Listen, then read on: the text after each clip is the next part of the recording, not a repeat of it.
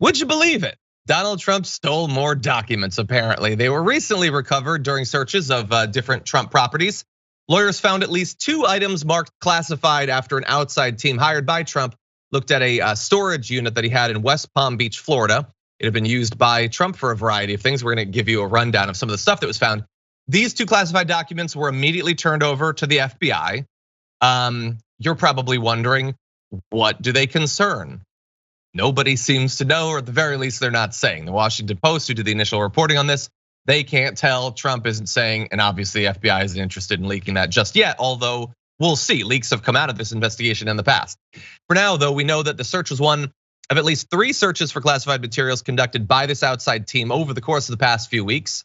And this is as a result of a federal judge really putting a lot of pressure on the Trump team to make clear whether they had turned in all of the documents that have been stolen.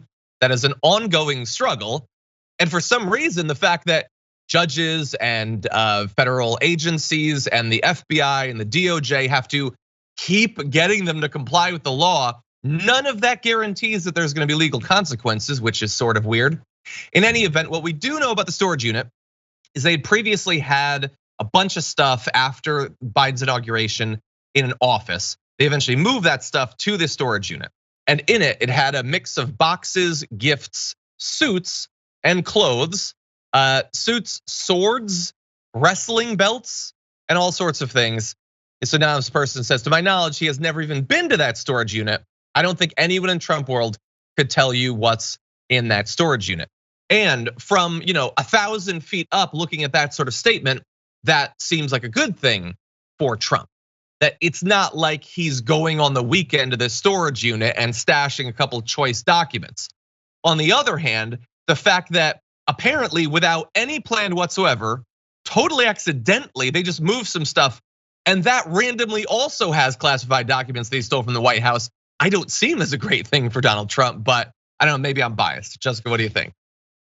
I remember us covering this story when they obtained the boxes from Mar-A-Lago. There were files that were empty, folders that were supposed to have the documents in them, completely empty. And when they got the boxes from Mar-A-Lago, they were like, we don't know where those documents are. I know where they are. They were obviously in Donald Trump's possession. And now they were like, they could be anywhere. We don't know where they are. Obviously, Donald Trump had them the entire time. I mean, the way that they've treated this entire thing, why did it take them so long to investigate this in the first place when the documents were missing? Of course he has them, and I'm sure he knows how to use a copy machine and probably has additional copies of them. I mean, it's just so ridiculous how the Justice Department has handled this.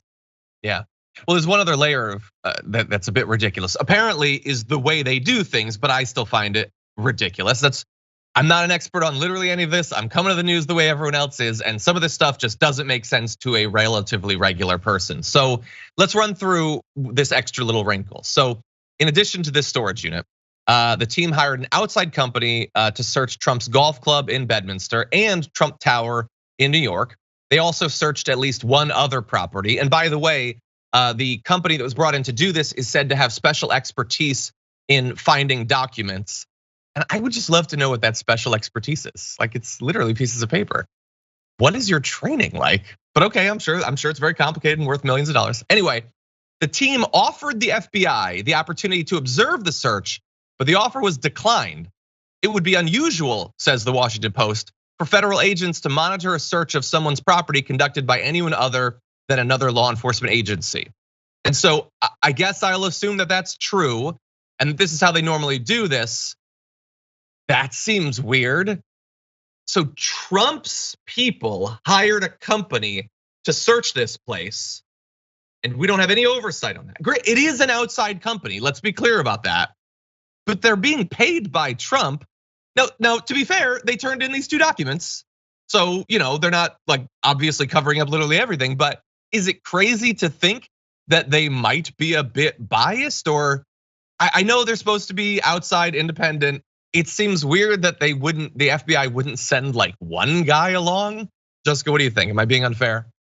I don't know. I think this could be a situation where Trump really wants to comply and they're like, all right, buddy, we're just gonna turn over these documents. Where are they? And he's like, honestly, I don't know. I don't know where they are. That's kind of relatable because two-factor authentication for the password is not my plan B, that's my plan A. I don't know any of my passwords. I would not remember where I left these documents.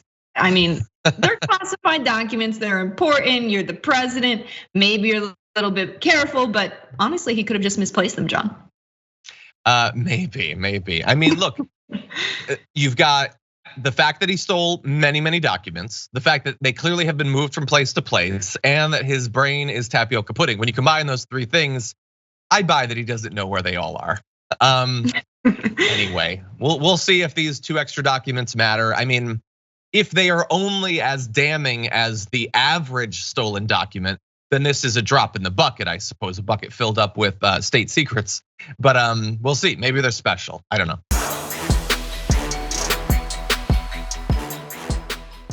For more political news breakdowns, interviews, stories of activism, and me trying my hardest to care about the occasional big celebrity news story, subscribe to our YouTube channel at youtube.com/thedamagereport. And you can ring the bell wherever it is so you don't miss anything.